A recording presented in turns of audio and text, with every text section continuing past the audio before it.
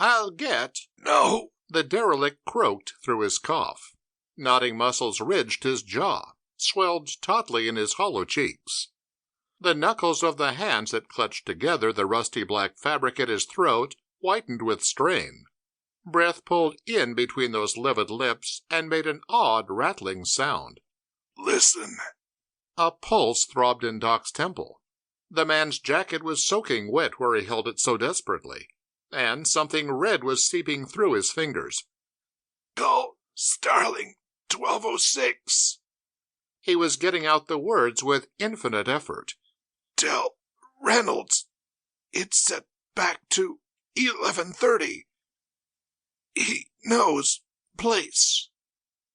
The furrowed brow was drenched with sweat. For God's sake, talk to no one else. Police nor anyone. The derelict rolled along the counter edge. His hands dropped numbly from his throat, and his coat fell open, revealing a bright scarlet shirt. Not a shirt. It was naked flesh, painted with blood that oozed out of a deep knife cut raking downward from the base of the neck. The man slid off the counter, fell with a dull thud to which there somehow was a dreadful finality. Starling 1206, Doc repeated, as he flung himself around the counter. Something familiar about that number. He dropped to his knees beside the sprawled form. There was no scream now in those sunken eyes any longer, nor sight. There was no pulse in the pathetically thin wrist. But the bloodless mouth was smiling. Distinctly, it was smiling. It was as if, by sheer power of will alone, the bedraggled outcast had held life in that tortured body just long enough to deliver his message, and then had yielded it up gladly. Starling 1206. Doc recalled it now. He'd used it not long ago, when he'd located a kidnapper for whom the nation was hunting. It was the phone number of the local office of the Federal Bureau of Investigation. What's up, Doc? The pharmacist's head jerked around at the voice. A burly policeman was striding in. What? The cop broke out. I see. You need an ambulance. No, Doc said, rising. The morgue wagon. All over, eh? God, but he's carved. The officer swung around as there came a sudden rush of feet. Scrum! Men, women, a couple of youngsters were crowding in, morbidly curious. Reluctantly, they gave back before the cop's waving arms, his threatening club. Go on, beat it before I start fanning you. Jabbering, squealing, he got them out of the store, closed and bolted the door.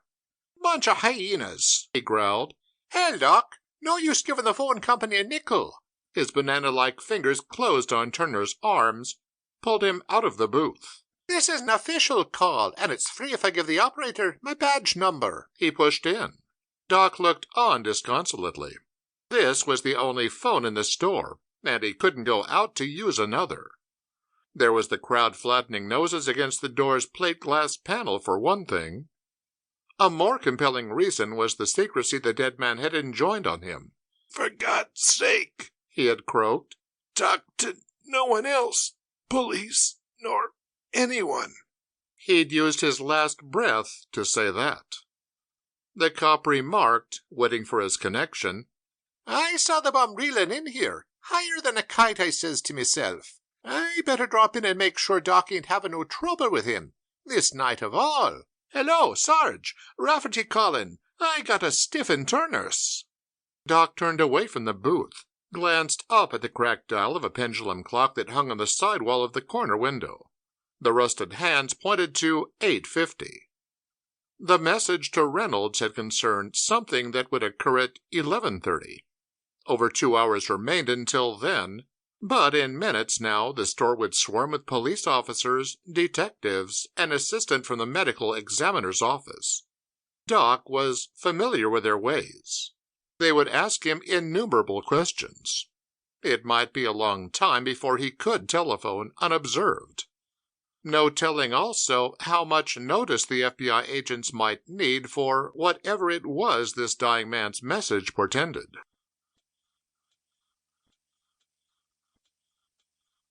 To keep listening to this audiobook, I've left you a link in the description so you can do it, at no cost thanks to Audible's 30-day free trial.